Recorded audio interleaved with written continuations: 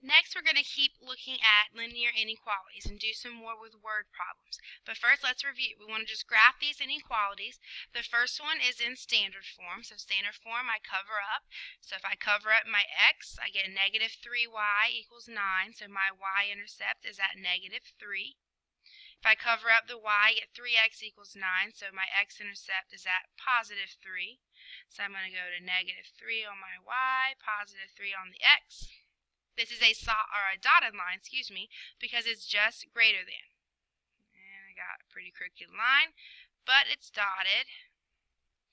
To pick where to shade, you can plug in a point. And any point will work, but an easy one to plug in is 0, 0. Only because anything times 0 is 0. So if I plug in 0, 3 times 0 is 0. Negative 3 times 0 is still 0. And that leaves me with 0 greater than 9. 0 is not greater than 9, so this is a false statement.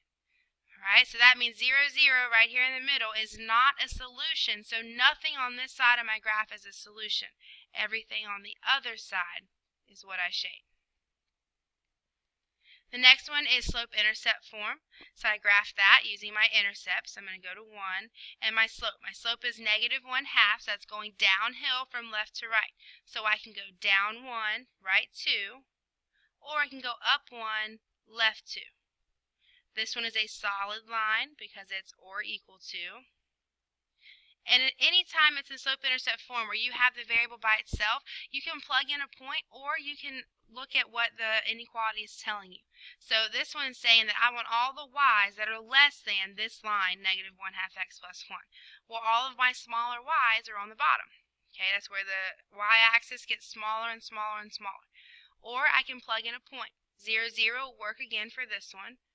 So I've got 0 is less than or equal to. Negative 1/2 times 0 is 0 plus 1. So I get 0 is less than or equal to 1. That is a true statement. So here's 0, 0 on the bottom. That's where all of my solutions are because 0, 0 is a solution. We also talked about writing the inequality when you're given a word problem. So I've got the girls' soccer team is selling concessions in hopes of raising at least $2,000 to buy new goals. Hot dogs sell for $1 and sodas sell for $1.25. So I just want to write inequality to model this situation. First, I'm going to define my variables. So you can use x and y, you can use p and q, we can use h and s. It does not matter. Just define them before you write your inequality. So I'm going to use h for hot dogs and S for soda. So I know that hot dogs cost $1, so I could have 1H or just H, plus the price of soda is $1.25. So that's $1.25S. Okay, that relates to $2,000. They want to sell at least $2,000, so that means that their concessions is going to be greater than or equal to $2,000. Now we're going to look at linear programming. We're going to kind of combine what we've done today and add a little to it. Okay, linear programming is used to maximize or minimize a set of linear inequalities pertaining to a specific situation. So, for example, you might want to know how much of each the hot dogs and the sodas you need to sell to maximize their profit, to get the most that they could possibly get under some certain restrictions. So, for example, you need to buy some filing cabinets. You know that cabinet X costs $10 per unit and requires 6 square feet of floor space and holds 8 cubic feet of files. Cabinet Y costs $20 per unit, requires 8 square feet of floor space, and holds 12 cubic feet of files. You've been given $140, and you don't have to spend that much. So that's your maximum. The office has room for no more than 72 square feet of cabinets, and you want to know which model you should buy to maximize the storage volume. All right, so you're trying to maximize the storage volume, so that's where I'm going to start. If you look at, get my highlighter ready. If you look at the storage volume, right, that means this 8 cubic feet. Let's make that a little bigger. 8 cubic feet for cabinet X. And cabinet Y holds 12 cubic feet of files. So that's what I'm trying to maximize. So if I think about maximizing, right, I'm going to add them together. So that means that the 8 cubic feet of files for cabinet X has to add to the 12 cubic feet of files for cabinet Y. Alright, so this is what I'm trying to maximize. We're going to come back to that later. Also, I'm given stuff about, or given information about prices, and then given information about how much they take up in the office. So if I look at the prices, change my highlighter color, I have $10 per unit for cabinet X and $20 per unit for cabinet Y, and I can spend $140 max. If I write inequality for that, it will look like 10x plus 20y is less than or equal to 140. Alright, 10x plus 20y is less than or equal to 140. So that's talking about the money. Right? I'm also given information on how much it takes up in the office, how much floor space it takes up. So if I were to, let's change colors again, we'll go with orange. Right? If I were to look at the floor space, cabinet X takes up 6 square feet of floor space. Cabinet Y takes up 8 square feet of floor space, and I only have room for 72 square feet. That's it. So if I think about the inequality to write for that one, I would have, let's see, 6x plus 8y, and that also has to be less than or equal to that 72 max. So this is everything I'm given in this particular problem, but there's a couple other things you have to keep in mind.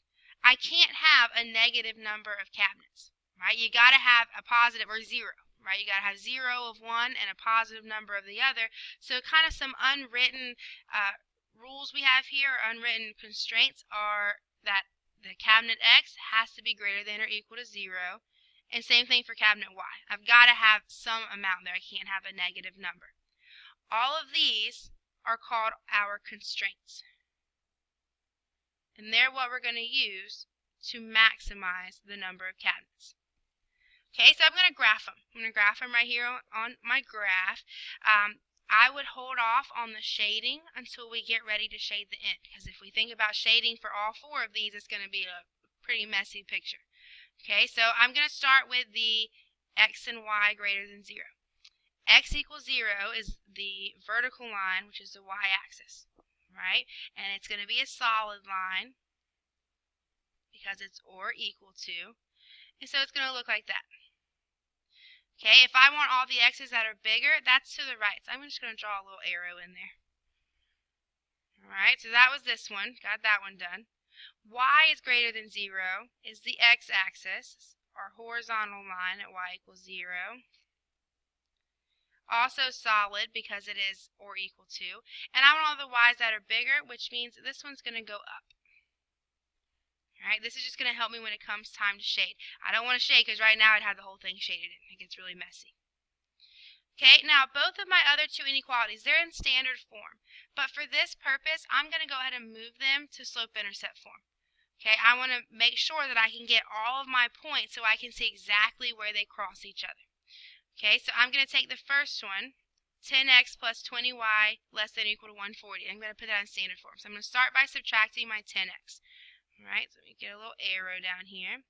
So we've got 10x, or we subtract it, so I got 20y less than or equal to negative 10x plus 140. Got to get y by itself, so I'm just going to divide everything by 20 and simplify. So that goes away, and I've got y is less than or equal to 10 over 20 simplifies to negative 1/2. X, 140 over 20 simplifies to 7. So I've got negative 1/2 x plus 7. So to graph that, I'm going to go to my y-intercept at 7. And I have a slope of negative 1/2. So I'm going to go down 1, right 1. Down 1, right 1. And I'm going to do every point that I see on my grid here. Okay, because I want to make sure that I have all my exact points whenever we're trying to maximize. This one's also a solid line. crooked line. Okay, and when deciding where to shade on this one, you plug in 0, 0, right? That makes the negative 1/2 go away, and I end up with 0 less than or equal to 7, which is true. So I'm going to shade on the bottom, because 0, 0 is down here in the bottom left. So I'm going to put a little arrow facing down. And then I've got 6x minus 8y. So I'm going to do the same thing and get that one in slope-intercept form by first subtracting the 6x. So I have 8y is less than or equal to negative 6x plus 72. And divide everything by 8. I get y is less than or equal to negative 6 over 8 simplifies to negative 3/4. 72 divided by 8 is 9.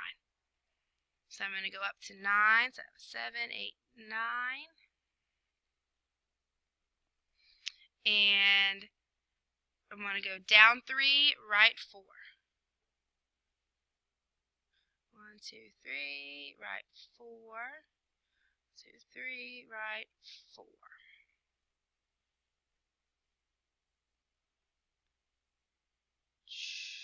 There we go.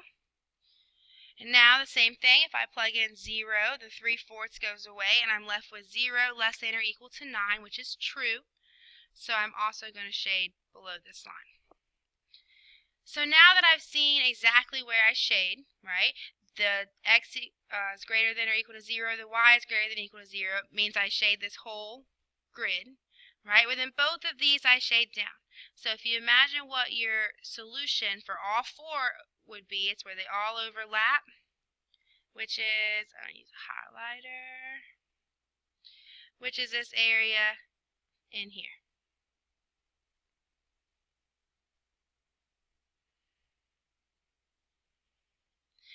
We call this our feasible region.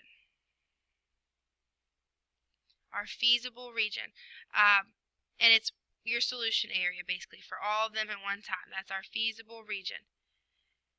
Once you have your feasible region, you're almost done. You're so close to finishing. You take all the corners of your feasible region. So I've got one here, right? And this is at 0, 7.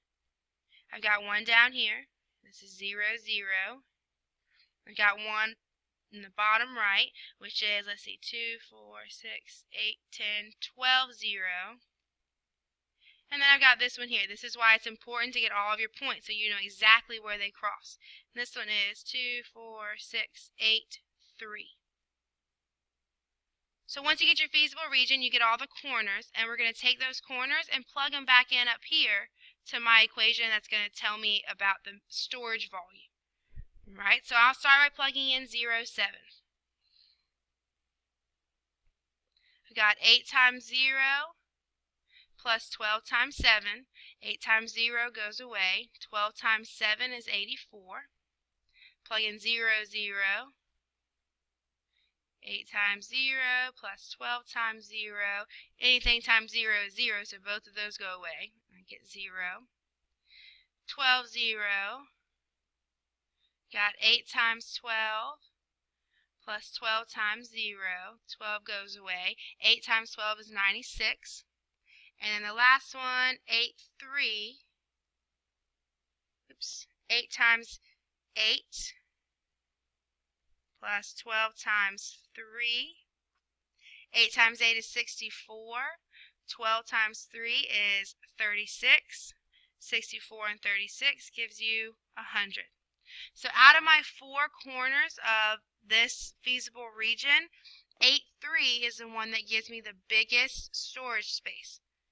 So that's going to be kind of like my winner of the feasible region. So that means to maximize the storage volume, I want 8 of cabinet X and 3 of cabinet Y.